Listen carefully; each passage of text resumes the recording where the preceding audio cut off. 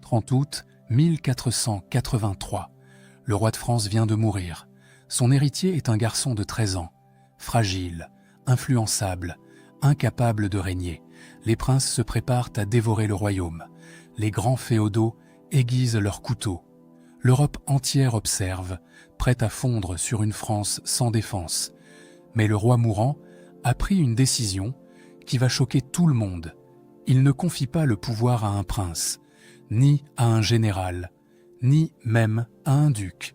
Il le confie à sa fille, Anne, 22 ans, une femme. Et personne ne comprend encore ce qui vient de se passer, parce que cette jeune femme que tout le monde méprise va accomplir l'impossible. Elle va tenir tête aux rebelles, déjouer les complots, gagner une guerre et sauver la France du chaos, sans couronne, sans armée, sans gloire, juste son intelligence et une détermination de fer. Alors comment a-t-elle fait?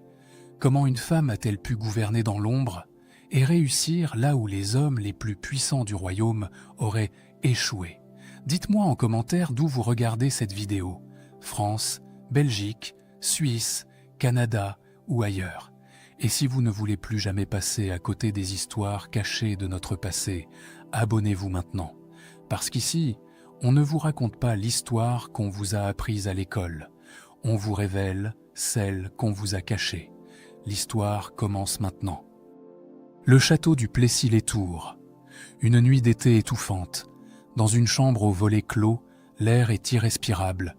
Une odeur de cire fondue, d'encens et de mort imminente, flotte dans la pénombre. Louis XI, roi de France, agonise. L'homme qui a unifié le royaume par la ruse, la diplomatie et parfois la cruauté, n'est plus que l'ombre de lui-même. Son visage émacié se contracte à chaque respiration difficile. Ses mains, autrefois capables de manipuler les plus grands seigneurs d'Europe, tremblent sur les draps. Autour de lui, des médecins impuissants échangent des regards résignés. Des prêtres murmurent des prières en latin. Personne ne peut plus rien faire. Le roi de France va mourir cette nuit. Mais dans l'antichambre voisine, une femme observe en silence. Anne de France, 22 ans, la fille aînée du roi mourant. Son visage reste impassible, mais ses mains tremblent légèrement. Elle porte une robe sombre, presque austère. Pas de bijoux, pas de phare, juste cette expression grave, tendue, de quelqu'un qui sait ce qui l'attend.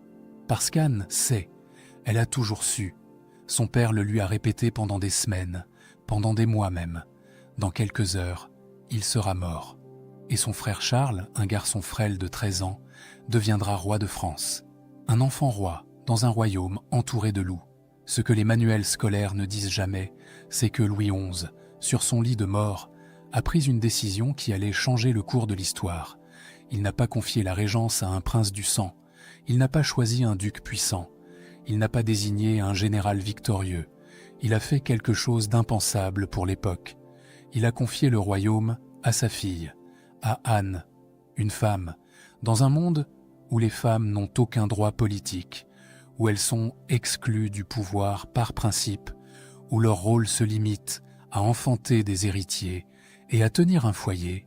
Louis XI a choisi sa fille pour gouverner la France. Pourquoi ce choix insensé? Parce que Louis XI connaît les hommes. Il les a manipulés toute sa vie. Il sait qu'ils sont avides, impulsifs, dangereux. Il sait que les princes du sang vont se déchirer pour le pouvoir. Il sait que son fils, Charles, trop jeune et trop doux, sera dévoré vivant s'il n'y a pas quelqu'un pour le protéger. Et cette personne, ce ne peut être qu'Anne, parce qu'Anne n'est pas n'importe qui. Elle a grandi à la cour la plus dangereuse d'Europe.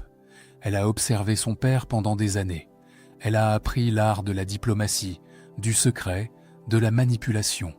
Elle sait écouter, elle sait attendre, elle sait frapper au bon moment. Les archives révèlent l'angoisse du roi mourant. Dans une lettre dictée quelques jours avant sa mort, il écrit ces mots terribles. « Mon fils est trop jeune et trop doux. Les grands le dévoreront s'il n'y a pas une main ferme. » Cette main, ce sera celle d'Anne. Mais Louis XI sait aussi que cette décision va provoquer un scandale, que les princes vont se révolter, que les grands féodaux vont contester l'autorité d'une femme Il le sait, et il s'en moque parce qu'il n'a pas le choix.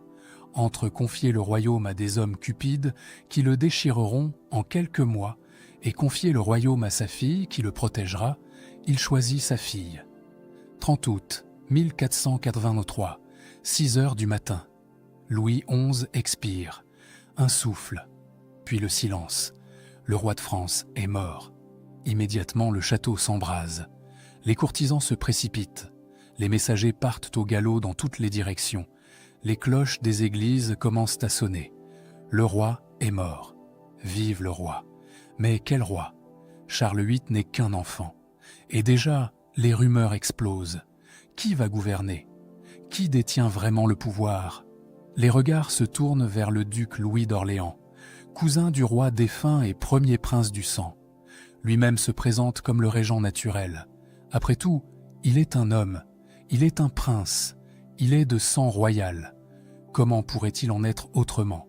Mais le testament de Louis XI est formel. Anne de France et son époux Pierre de Beaujeu, frère du duc de Bourbon, sont nommés régents. Pas Louis d'Orléans, pas les princes, pas les ducs, une femme de 22 ans et son mari. Ce choix scandalise. Les chroniqueurs de l'époque, comme Philippe de Comines, témoin direct de ces événements, rapportent l'incrédulité générale. Comment une femme pourrait-elle tenir tête au duc, au prince, aux armées? Comment pourrait-elle gouverner un royaume aussi vaste, aussi complexe, aussi dangereux? C'est impossible, c'est impensable, c'est contre nature. Mais Anne de France n'écoute pas les murmures, elle n'écoute pas les ricanements. Elle sait ce qu'elle doit faire, protéger son frère, préserver le royaume. Et elle va le faire, quoi qu'il en coûte. Paris, hiver 1483. Le froid mord les pierres du palais royal. Dans la grande salle du Conseil, une scène se joue qui va déterminer l'avenir de la France. Anne de France se tient debout, droite, le visage impassible. Face à elle, les princes du royaume sont assemblés. Louis d'Orléans, duc puissant et charismatique, la regarde avec un mélange de mépris et de colère. Autour de lui, d'autres nobles murmurent. Certains croisent les bras, d'autres secouent la tête. L'atmosphère est glaciale, et ce n'est pas à cause de l'hiver. Louis d'Orléans prend la parole. Sa voix résonne dans la salle. Il exige la régence. Il argue qu'il est le premier prince du sang, le cousin du roi défunt, le seul capable de gouverner. Il dit que le royaume ne peut être dirigé par une femme, que c'est une aberration, une insulte à la tradition, une faiblesse que les ennemis de la France vont exploiter. Autour de lui, les autres nobles acquiescent. Certains ajoutent leurs propres arguments. Le duc de Bretagne, François II, envoie des lettres depuis son duché, contestant lui aussi l'autorité d'Anne. Les princes du sang, les grands féodaux, tous se liguent contre elle. Mais Anne ne cède pas. Les témoignages contemporains rapportent sa réplique. Elle est calme, posée, mais ses mots sont tranchants comme une lame. Mon père m'a confié son fils et son royaume. Je les défendrai tous deux, quoi qu'il en coûte. Le silence tombe dans la salle. Louis d'Orléans blêmit. Il n'a pas prévu cette résistance. Il pensait qu'Anne allait céder, s'effacer, accepter l'inévitable. Mais il se trompe. Anne de France n'est pas une femme ordinaire. Elle est la fille de Louis XI, et elle a appris de son père l'art le plus dangereux de tous, celui de gouverner sans couronne. Pendant que les princes complotent ouvertement, Anne agit dans l'ombre, exactement comme son père le lui a enseigné. Elle envoie des émissaires secrets dans tout le royaume. Elle distribue des pensions à certains nobles hésitants. Elle promet des faveurs, des terres, des titres. Elle divise ses adversaires. Elle sème la discorde entre eux. Elle ne gouverne pas par la force, parce qu'elle n'a pas d'armée personnelle.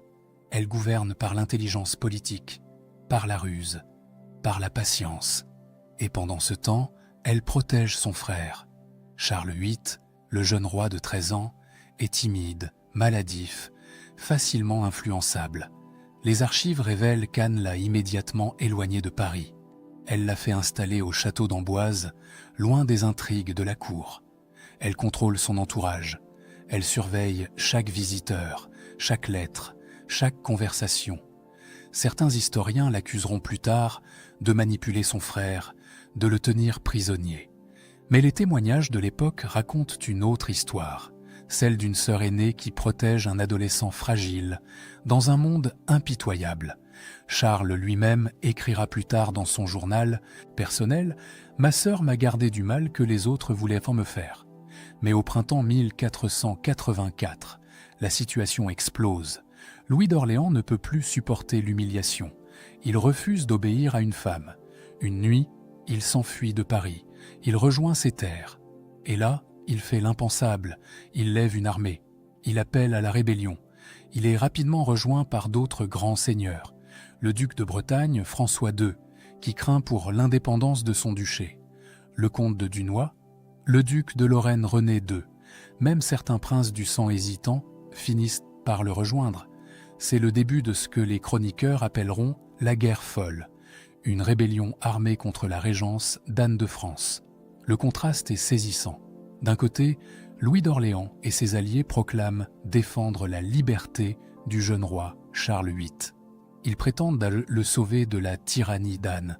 Ils envoient des lettres dans toute l'Europe, cherchant des soutiens, promettant des alliances. De l'autre côté, Anne sait la vérité. Si Charles tombe entre leurs mains, il ne sera qu'un pantin. Les princes se déchireront le royaume. La France sombrera dans une guerre civile dévastatrice, comme l'Angleterre l'a vécu avec la guerre des Deux Roses. Anne ne peut pas laisser cela arriver. Elle mobilise les forces royales. Elle place à leur tête Louis de la Trémoille, un général loyal et compétent. Elle négocie avec les villes, obtient leur soutien financier. Elle rassemble une armée. Et surtout, elle fait ce que son père aurait fait. Elle attend le bon moment. Elle laisse ses ennemis s'épuiser, commettre des erreurs, se diviser. Parce qu'elle sait que dans une guerre, la patience est parfois l'arme la plus puissante. Les mois passent, la guerre s'installe. Des escarmouches éclatent aux frontières de la Bretagne. Des châteaux changent de main. Le royaume saigne. Et pendant tout ce temps, Anne gouverne. Elle tient les conseils. Elle signe les décrets. Elle nomme les officiers. Elle gère les finances. Elle fait tout ce qu'un roi ferait, mais sans le titre, sans la couronne, sans la reconnaissance. Elle est invisible et pourtant omniprésente. Les ambassadeurs étrangers qui visitent la cour française sont stupéfaits. Ils s'attendaient à trouver le chaos. Ils trouvent un gouvernement stable, efficace, implacable, et Louis d'Orléans commence à comprendre qu'il a sous-estimé son adversaire. Cette jeune femme qu'il méprisait, cette régente qu'il pensait écraser en quelques semaines, se révèle être un ennemi redoutable, plus dangereux encore que son père, parce qu'elle ne cherche pas la gloire, elle ne cherche pas la reconnaissance, elle cherche juste à gagner. Et ça la rend imprévisible. Juillet 1488. 4 ans ont passé depuis le début de la guerre folle. 4 années d'escarmouches, de sièges, de négociations avortées. Le royaume saigne, mais Anne tient bon. Elle n'a pas cédé un pouce de terrain. Elle a usé ses adversaires par la patience, par la diplomatie, par des victoires tactiques. Mais maintenant, le moment décisif est arrivé. En Bretagne, les armées royales, commandées par Louis de la Trémoille, sous l'autorité d'Anne, vont affronter les troupes bretonnes et rebelles. C'est la bataille qui va tout déterminer.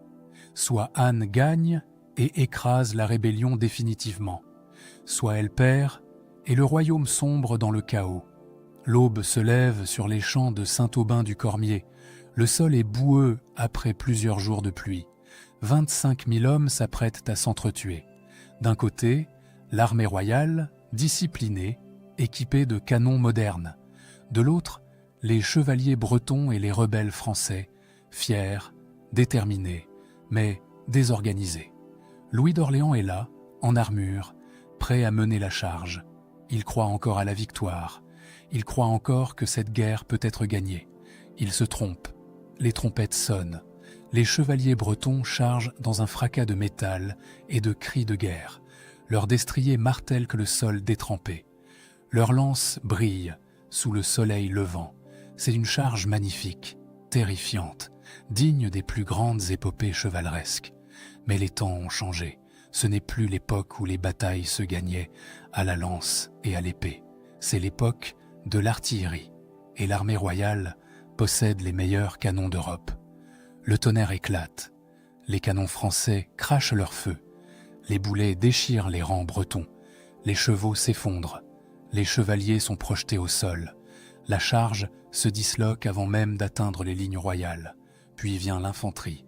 Les piquiers français avancent en formation serrée.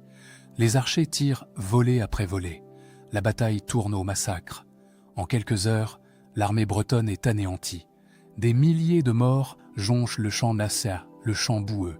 Et parmi les prisonniers, il y a Louis d'Orléans. Le prince rebelle, celui qui a défié Anne pendant 4 ans, est capturé, désarmé, vaincu. La nouvelle parvient à Anne quelques jours plus tard. Elle est à Amboise, auprès de son frère Charles. Quand on lui annonce la victoire, son visage reste impassible. Pas de cri de joie, pas de célébration, juste un léger hochement de tête, comme si elle avait toujours su que ce moment viendrait, comme si la victoire était inévitable. Mais ce que personne ne comprend encore, c'est ce qu'Anne va faire de cette victoire. Parce que là, elle pourrait écraser ses ennemis, elle pourrait faire exécuter Louis d'Orléans pour haute trahison, elle pourrait annexer la Bretagne par la force, elle pourrait se venger de toutes les humiliations, de tous les défis, de Todzo Netches, toutes les trahisons. Mais elle ne fait rien de tout cela. Louis d'Orléans est emprisonné, mais pas dans un cachot sombre et humide. Il est placé en résidence surveillée, traité avec respect, nourri convenablement. Anne sait qu'un martyr serait plus dangereux qu'un prisonnier. Elle sait que si elle exécute le premier prince du sang, elle créera un précédent terrible qui pourrait se retourner contre son frère plus tard. Alors elle choisit la clémence calculée. Elle garde Louis d'Orléans vivant, mais neutralisé. C'est une décision politique brillante, une décision que son père aurait approuvée. Quant au duc de Bretagne, François II, il est vaincu, humilié, malade. Les archives révèlent qu'il meurt quelques semaines après la bataille, rongé par la fièvre et le désespoir.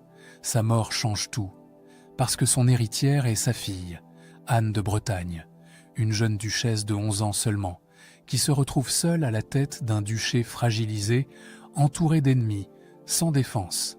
Et là, Anne de France voit une opportunité extraordinaire qui va lui permettre d'accomplir ce que son père n'a jamais réussi, rattacher définitivement la Bretagne à la couronne de France.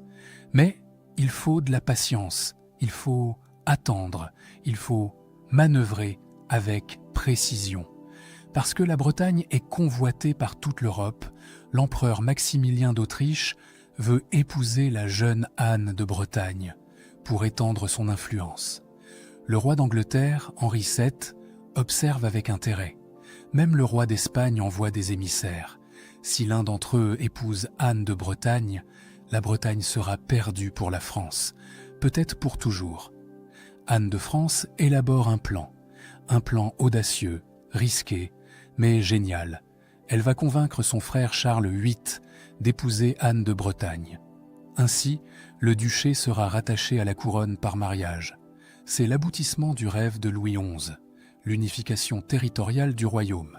Mais il y a un problème, un gros problème. Charles VIII est déjà fiancé à Marguerite d'Autriche, la fille de l'empereur Maximilien. Rompre ses fiançailles est une insulte diplomatique majeure. Cela pourrait déclencher une guerre avec le Saint-Empire. Cela va briser les alliances françaises. Cela va scandaliser toute l'Europe. Anne doit choisir la paix avec l'Empire ou l'unité de la France, la diplomatie facile ou le risque calculé. Et elle choisit la France, parce que c'est ce que son père aurait voulu, parce que c'est la seule décision stratégique viable à long terme. Elle convainc Charles, elle négocie avec Anne de Bretagne, elle gère les protestations diplomatiques, elle absorbe les critiques, les menaces, les ultimatums. Et en décembre 1491, le mariage est célébré. Charles VIII épouse Anne de Bretagne. La Bretagne devient française. C'est le triomphe d'Anne de France, le couronnement de 8 années de régence. Elle a étouffé une rébellion. Elle a neutralisé les princes. Elle a agrandi le royaume. Elle a accompli ce que les rois avant son frère n'avaient jamais réussi. Et tout cela sans jamais porter de couronne, sans jamais revendiquer de titre royal, juste en gouvernant dans l'ombre avec une intelligence politique que peu d'hommes de son époque possédaient. Mais maintenant, son frère Charles a 21 ans. Il approche de sa majorité et bientôt, Anne va devoir faire un choix que personne n'attend, un choix qui va révéler sa véritable nature. 1492, Charles VIII a 22 ans. Il est majeur. Selon les lois du royaume, il peut désormais gouverner seul. La régence d'Anne de France est officiellement terminée. Et c'est là que quelque chose d'extraordinaire se produit. Quelque chose que personne n'a prévu. Quelque chose qui va révéler qui est vraiment Anne de France. Elle se retire. Pas dans la douleur, pas dans l'amertume, pas dans la colère. Elle se retire simplement, calmement, comme si c'était la chose la plus naturelle du monde. Les archives révèlent qu'elle quitte la cour sans bruit, sans cérémonie, sans discours d'adieu. Elle retourne dans ses domaines du Bourbonnais avec son époux Pierre de Beaujeu. Elle ne réclame ni honneur ni reconnaissance. Elle ne demande ni récompense, ni titre supplémentaire. Elle s'efface, comme si ces 8 années de régence n'avaient jamais existé, comme si sauver le royaume n'était qu'un devoir accompli, rien de plus. Ce geste est stupéfiant, parce qu'Anne pourrait continuer à gouverner dans l'ombre. Elle pourrait manipuler son frère, comme certains le craignent. Elle pourrait exiger des postes clés pour ses proches. Elle pourrait s'accrocher au pouvoir qu'elle a exercé pendant 8 ans. Mais elle ne fait rien de tout cela. Elle part. Elle disparaît de la scène politique. Et personne ne comprend vraiment pourquoi. La vérité, c'est qu'Anne n'a jamais gouverné pour le pouvoir. Elle a gouverné parce que son père le lui a demandé. Parce que le royaume en avait besoin. Parce que personne d'autre ne pouvait le faire. Mais maintenant que son frère est majeur, maintenant qu'il peut régner seul, elle considère que sa mission est terminée. Elle n'a pas besoin de reconnaissance. Elle n'a pas besoin de gloire. Elle a fait ce qu'elle devait faire. Et c'est tout. Pendant qu'Anne disparaît dans l'anonymat relatif de ses terres, Charles VIII, enfin libéré de la tutelle de sa sœur, se lance dans une aventure qui va révéler toute la différence entre eux. Il décide de conquérir l'Italie. Il prétend avoir des droits sur le royaume de Naples par héritage. Il rassemble une armée.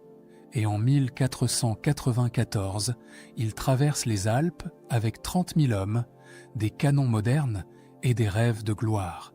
Au début, tout semble réussir. Les villes italiennes s'ouvrent devant lui. Florence l'accueille, Rome le laisse passer. En février 1495, il entre triomphalement à Naples. Les foules l'acclament. Il se fait couronner roi de Naples. Il croit avoir réalisé l'impossible. Il croit avoir surpassé sa sœur. Il se trompe. Parce que pendant que Charles savoure son triomphe, l'Europe se ligue contre lui. L'empereur Maximilien, le pape Alexandre VI, le roi d'Espagne Ferdinand, la République de Venise, le duc de Milan, tous signent une alliance pour chasser les Français d'Italie. Et soudain, Charles se retrouve piégé. Son armée est loin de ses bases. Ses lignes de communication sont coupées. Ses alliés italiens l'abandonnent. Il doit battre en retraite. Il remonte vers le nord dans la panique, poursuivi par des armées coalisées. À Fornoux, il échappe de justesse à l'anéantissement. Il repasse les Alpes avec les débris de son armée. Beaucoup de sang versé, beaucoup d'argent gaspillé. Et au final, aucun gain durable. Naples est perdu. L'Italie est perdue. La France est épuisée. Le contraste est éclatant. Anne a gouverné pendant 8 ans. Elle a évité les guerres inutiles. Elle a consolidé le royaume. Elle a agrandi la France par la diplomatie et le mariage, pas par la conquête militaire. Elle a préservé les finances. Elle a maintenu la stabilité. Et puis elle est partie discrètement, sans rien demander en retour. Charles, lui, a régné seul pendant quelques années seulement, et il a entraîné le royaume dans une guerre ruineuse, mal préparée, qui n'a servi qu'à flatter son ego et à nourrir ses rêves de gloire chevaleresque. Ce que Charles n'a jamais compris, c'est qu'Anne ne gouvernait pas pour la gloire, elle gouvernait pour la stabilité, pour la survie du royaume, pour l'avenir. Les années passent, Charles VIII meurt jeune, en 1498, à seulement 28 ans. Il se frappe la tête contre un linteau de porte au château d'Amboise. Une mort absurde, presque comique, pour un roi qui rêvait de gloire épique. Il ne laisse aucun héritier. La couronne passe à son cousin Louis XII, celui-là même qui avait mené la rébellion contre Anne en 1484, celui-là même qu'Anne avait vaincu et emprisonné. L'ironie de l'histoire est cruelle, mais Anne n'en veut pas à Louis XII. Elle ne cherche pas la revanche, elle ne réclame pas d'excuses. Quand Louis XII devient roi, il se rend compte de l'erreur qu'il a commise des années auparavant. Il comprend enfin qui était vraiment Anne de France. Il lui envoie des lettres respectueuses. Il lui demande conseil sur certaines affaires délicates. Et Anne répond avec la même sagesse politique qu'autrefois. Pas d'amertume, pas de rancune, juste cette intelligence froide, cette capacité à mettre les intérêts du royaume avant ses sentiments personnels. Anne de France vit encore 24 ans après la mort de son frère. Elle reste dans ses terres du Bourbonnais. Elle administre ses domaines. Elle fonde des églises, des monastères, des œuvres de charité. Elle écrit même un traité d'éducation pour sa fille, les Enseignements à sa fille Suzanne de Bourbon, où elle transmet sa sagesse politique et morale. Elle vit comme une grande dame, respectée mais jamais célèbre, jamais glorifiée, jamais reconnue pour ce qu'elle a vraiment accompli. Elle meurt en 1522, à 60 ans, dans son château de Chantelle. Une mort paisible, loin de Paris, loin de la cour, loin du pouvoir. Elle a vécu assez longtemps pour voir 3 rois se succéder. Charles VIII, son frère, Louis XII, son ancien ennemi, et François Ier, le nouveau roi qui inaugure la Renaissance française. Elle a traversé une époque entière, et pourtant quand elle meurt, peu de gens se souviennent de ce qu'elle a fait, peu de chroniqueurs lui rendent hommage, peu d'historiens mentionnent son nom. Elle s'est effacée si parfaitement qu'elle a presque disparu de l'histoire. Pourquoi l'histoire a-t-elle oublié Anne de France ? Pourquoi les manuels scolaires mentionnent-ils à peine son nom, alors qu'ils consacrent des chapitres entiers à des rois bien moins compétents? Pourquoi cette femme qui a sauvé le royaume, qui a étouffé une guerre civile, qui a agrandi la France, qui a gouverné avec une intelligence politique exceptionnelle, est-elle devenue une note de bas de page dans l'histoire de France? La réponse est simple et troublante. Parce qu'elle était une femme. Parce que son pouvoir ne correspondait pas aux archétypes masculins de la gloire militaire et de la conquête. Parce qu'elle a régné par l'intelligence, la diplomatie, la patience, des vertus jugées féminines, et donc moins dignes d'être célébrées. Les chroniqueurs de son époque, presque tous des hommes, ont minimisé son rôle. Philippe de Comines, pourtant témoin direct des événements, écrit avec une condescendance à peine voilée. Madame Anne fut bien avisée pour une femme, comme si son génie politique était une anomalie de genre, et non le fruit de son intelligence et de son éducation, comme si une femme capable de gouverner était une exception bizarre, presque contre nature. Mais les faits parlent d'eux-mêmes. Entre 1483 et 1492, Anne de France a empêché une guerre civile dévastatrice. Elle a neutralisé les princes rebelles sans bain de sang excessif. Elle a rattaché la Bretagne à la France, préparant l'œuvre d'unification qui culminera sous François Ier et Henri IV. Elle a préservé l'autorité royale à un moment où elle aurait pu s'effondrer complètement. Elle a formé et protégé un jeune roi jusqu'à sa majorité. Et elle a fait tout cela sans couronne, sans armée personnelle, sans titre officiel de pouvoir.